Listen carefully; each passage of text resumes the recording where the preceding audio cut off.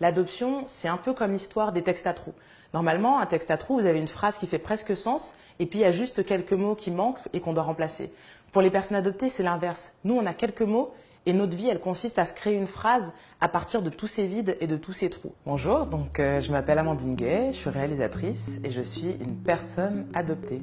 Donc une des raisons pour lesquelles j'insiste sur le fait que je suis une personne adoptée ou une adoptée et pas une enfant adoptée, c'est justement que j'ai 34 ans aujourd'hui et je pense qu'il commence à être un peu tard pour parler d'enfant adopté et que plus politiquement, plus sérieusement, quand on dit enfant adopté, finalement c'est une façon de nous infantiliser.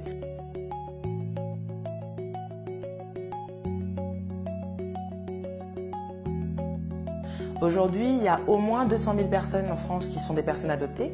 Et dans ces personnes-là, la grande majorité sont des adolescents et des adultes. Donc, est-ce qu'on les entend? Est-ce qu'on les voit? Qu'est-ce que ces personnes ont à dire? Qu'est-ce qu'elles ont à apporter à la société et au débat actuel?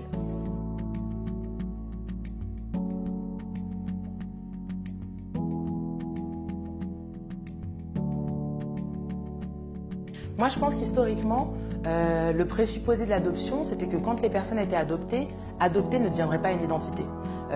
L'identité adoptée allait disparaître une fois que la personne trouvait une famille et qu'elle allait juste devenir d'une certaine façon l'enfant de cette famille et donc après une personne à part entière. Ou, par exemple, pour des personnes adoptées à l'international, ça allait juste devenir un Français ou une Française. Et ce qui n'était pas prévu, c'est qu'en grandissant, on considère qu'on est les enfants de nos parents, mais qu'on est aussi des personnes adoptées, mais qu'on est aussi originaire de tel pays qui nous intéresse et peut-être on veut le retrouver, et qu'on est aussi les enfants d'une famille biologique qu'on ne connaît pas mais qu'on a peut-être envie de rencontrer. Et donc toute cette complexité-là, cette idée que les enfants deviennent des adultes, qu'elles vont devenir des personnes avec des droits et donc aussi possiblement des revendications. Les personnes adoptées, en particulier à l'international, sont en fait des migrants.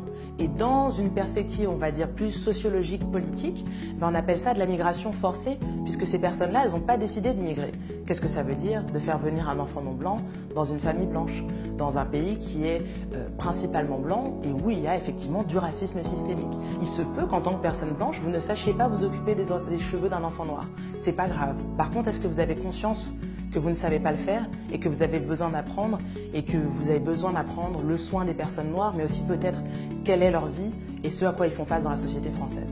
Donc, ce qui m'intéresse dans le fait de ramener au devant de la scène l'expérience et l'expertise des personnes adoptées, c'est que notre vision de ce qu'est une famille, notre vision de ce que sont les liens de filiation vont pouvoir venir éclairer plein de débats et en particulier aujourd'hui le débat sur la PMA. Parce que ce qu'on a pu entendre comme critiques qui viennent de groupes effectivement tels que la Manif pour tous sur l'idée de un papa et une maman, mais heureusement que ce n'est pas le modèle de famille pour tout le monde. Heureusement que par exemple il y a des gens comme moi qui ont dans leur psyché au moins 4 parents. Même si je connais pas ma famille biologique, moi je sais que j'ai 4 parents. J'ai les parents qui m'ont élevé, qui m'ont aimé, et puis j'ai les parents qui m'ont donné la vie. Et pour moi, il n'y a pas de concurrence, il n'y a pas besoin d'effacer ces personnes-là.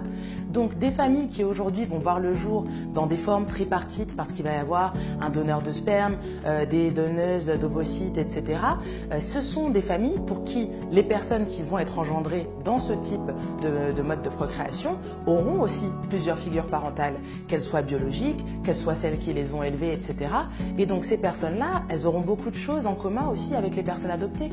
Donc c'est une richesse pour tout le monde d'écouter ce qu'on a à dire et de voir comment est-ce que nous, on se positionne vis-à-vis de la filiation et des parentalités.